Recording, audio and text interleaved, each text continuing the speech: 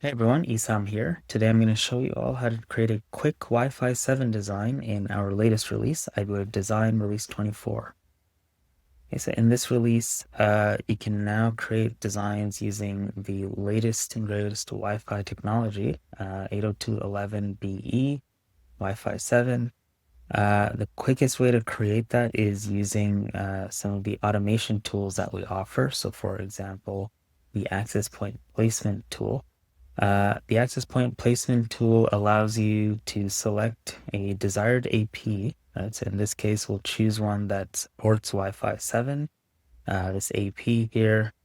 Um, and once we've made that selection, we can set up our target RSSI for each band. Right? So let's say you want to aim for neg 65 dBm on all bands in a medium RF environment, right? So this is the default RF environment that we have set in our VPLE propagation model. So once we've set our target RSSI and we hit run, the tool will automatically place the required number of APs on the floor to achieve the coverage level or the target RSSI that we've set in the thresholds here. And when we hit apply, the APs will be automatically placed in the appropriate location on the floor plan. Okay, so now we've got those two APs on the floor.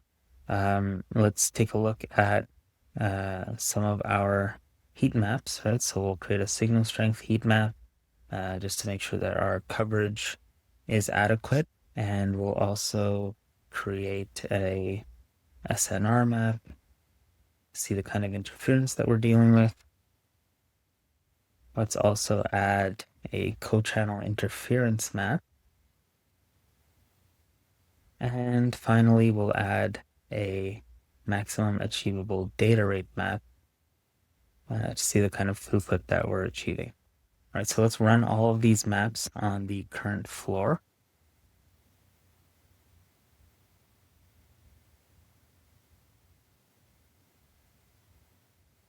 Let's take a look here. So, you can see what our coverage looks like. In this case, we have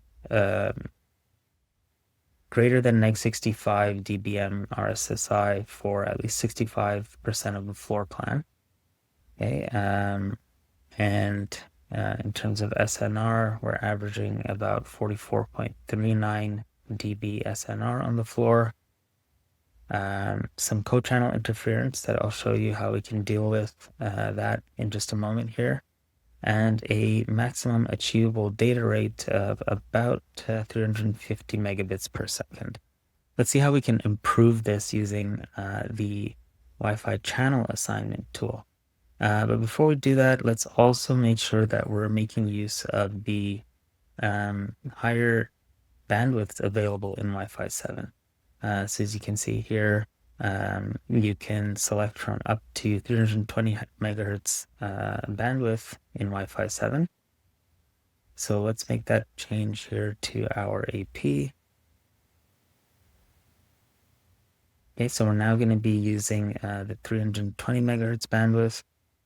And let's also use the Wi-Fi channel assignment tool to optimize our channel spacing on that 320 megahertz block. So we'll select the 3 channels that are available. Let's hit generate channels, and the appropriate channel with the least amount of co-channel overlap will be applied. Okay, so let's rerun our co-channel interference map here.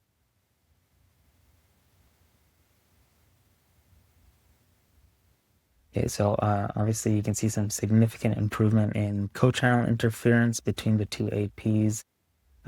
We've got AP19 using channel 31 and AP20 using channel 95. And now let's see what effect that has on our maximum achievable data rate.